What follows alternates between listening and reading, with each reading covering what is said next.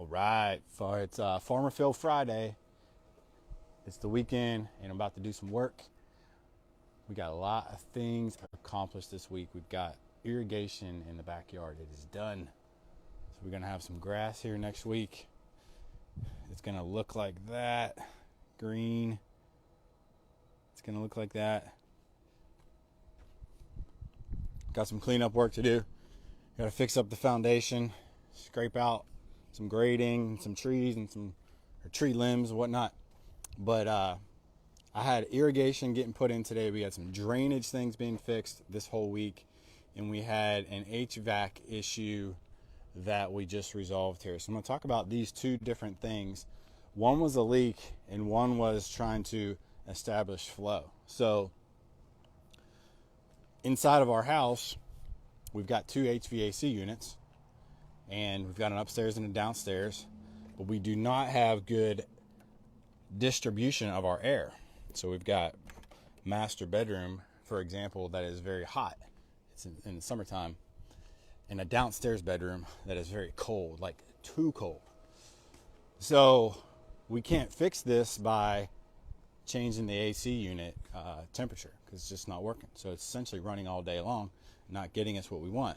So I had an expert come in today, an HVAC expert, which I'm not, obviously, and he found where we were leaking air. There were holes in the system, and these were not good holes. So he was able to do a couple quick fixes. Now this is interesting to understand here. He didn't do a massive job today. He didn't have to, because he's an expert and I am not. He was able to come in here. He knew exactly what to look for. He knew where the source was. He knew the basic fundamental things that needed to be checked first, because they're the typical things that leak air. And in this instance, the leak was a bad leak. I'm going to show you here in a minute a version of a good leak, which I'm going to refer to as flow. But the couple lessons to be learned out of that is, number one, where are you leaking energy, aka wasting, that's disrupting the efficient use of your time or whatever your resource is.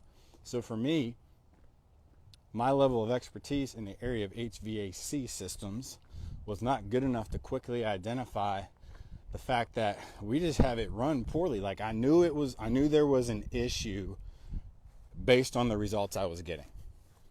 I'm at least that smart. I know that we're not getting the airflow that we wanted, and I know that my heating and cooling bill is ridiculously high. So I'm like, if I'm paying this much, I should at least feel comfortable in my own home. But I had to get the expert to come in and figure that out. We do this a lot. I do this a lot with accounting stuff with companies. They come in, they're like, I know I got a problem in my finances, in my accounting, but I don't know where to start. And I can come in and boom, really quick figure out the solution, because I'm an expert. Okay, so that was an area where we had air flowing to places and leaking out through holes in the system. He was able to quickly patch some holes, like emergency, like, hey, I can fix this literally while I'm on the spot doing an inspection. These are things that you can point out on a sales call for somebody if you're an expert, because if you're that good at what you do, you should be able to get a call with a potential client and be like, hey, these are some basic things that you should know and understand, and I'm going to essentially give these away for free. You're building trust, and you're building a relationship there. He's going to come back on Monday or Tuesday and do an overall assessment, do a deeper dive. That makes total sense. He's going to come in, he's going to do the thorough check, probably take him a couple hours, and he'll be like, sir, this is what I think you should do, and hopefully he gives me two options, so on and so forth. And that's how it should work. And I would appreciate that if he does that, and I expect him to. So far, he's set a good relationship by giving me something easy for free. It costs him 45 minutes of his time to come out here, and it costs him about $3 in tape to plug up some holes. So I love that. Here we have the opposite going on. We have inability to flow. we've got stored up water. So we fixed this drainage issue. We took a step towards fixing a drainage issue in multiple places. And you can't really understand the water issue as I'm out here because the water has since dried up. But all winter, we had a really big issue out in these pastures that was unsafe for the horses. It was just ugly to be around. This whole thing was a mud pit. And yeah, part of it is horse and farm life. But there's a level of this that you can control and improve that we wanted to work on. So over time, we were able to find that there was a drain out here. It just wasn't being used properly. There was improper flow. So I was out here digging some trenches. I found some drains. And I was like, okay, we just need to get this water to flow properly. So the problem with this one, it wasn't leaking. It was being stored up. There was no flow here. So we were getting standing water and puddling all along this fence line here. And it was really frustrating because we knew we had a French drain that goes all the way to the end of the property, which is a massive investment if we were going to have to do that from scratch. So we said, okay, how do we make this thing flow to make efficient use of the assets that we already have? So what we did here was we did some grading. We put in a French drain along the side that run perpendicular to the catch basin.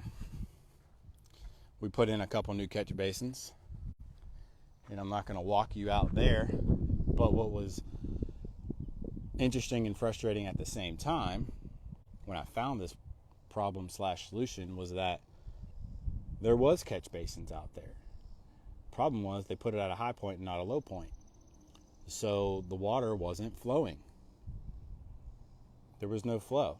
So sometimes you can find yourself inside of your business, even inside of your personal life when it comes to your money situation, you can have assets.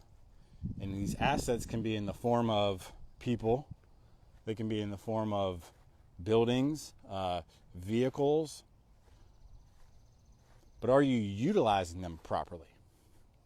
If you're not utilizing your assets properly, you're wasting money. In some ways, you could be leaking. So if you got somebody on your team that's not really working for you, or maybe you haven't assigned them accountability, you haven't assigned them a proper role, proper responsibility, you've got somebody sitting at a desk or sitting in a job role, you're just leaking cash. You got vehicles that aren't out in production, that aren't out servicing clients. What are the things that you need to open up in order to make those things more useful? See right here, I did a little test last week when we had water in here. I created an entry point for some flow.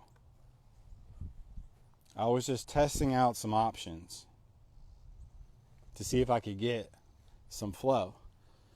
So let's say you've got, like I have here, a French drain that's not being used or not being utilized properly. Let's say that's your maintenance truck. Let's say that's your employee that you don't have enough jobs to service them. What is something that you can do to open up the flow inside of your business so that asset can be used? So for me, it was opening up the flow of water into the French drain so that I could get off of my property and flow out to the creek back here so that we could enjoy what we have here on our property with our horses and our land and all that kind of stuff. But I had to figure out how to open up that flow. So if you've got a business and you've got great employees, if you've got great assets, but you're not bringing in enough flow of business, you got to open up some type of leak or open up some type of blockage inside of your business to open up that sales funnel. Get it flowing in. So I love coming out here and working on my farm because there's life lessons everywhere. When you put in hard work, when anything anything that is going to last, anything that is going to be fruitful, needs to be built with a good foundation, but it also needs to be nurtured. And that's what Amanda and I and our kids, they're not constantly reminded of it. I'm constantly reminded of it. But we instill values inside of our children out here on this property by showing what we do, because we know there's good foundation here. Like literally the soil underneath my feet, it's good soil. But we have to nurture it. This place wasn't nurtured very well for the few years prior to us buying it. So that's why we got to do things like opening up the proper flow in some areas. And inside of our house, we have to stop up some things that are leaking so that it works efficiently. So you can apply those type of ideas into your business. And going back to kind of where I started with this idea of having an expert come in to assess you from time to time. You know, I know better than not to get my HVAC unit serviced once or twice a year. Some people don't want to spend $79 to do that or $100 to do that, but when a replacement costs $10,000, I think it makes sense to pay $100 a year, don't you? So how many times in business, because we don't understand or we don't get it, that we don't make that call to an expert to nurture us better, to nurture our businesses, to nurture the things that, you know, aren't the day-to-day stuff. Like I know I got to pay my people every week or every 2 weeks. I know I got to have my website up and operational every day, and I know I got to respond to leads and all that kind of stuff. These things kind of happen naturally because things come at you and emails come to you, you respond to them. Sometimes there's things that you don't understand because you don't see them inside of your business on a regular basis. You don't see the airflow that I had inside of my house that's being wasted. You can't physically see it.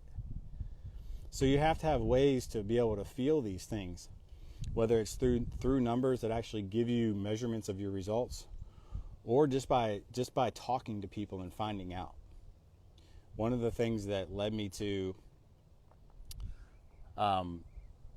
hopefully this long-term solution that we get to eventually is the fact that me, my wife, and my daughter, we had to get together and communicate about this airflow issue. We didn't sit down and have a family meeting. That would have made me super excited if my family wanted to do that, but that's not what happens.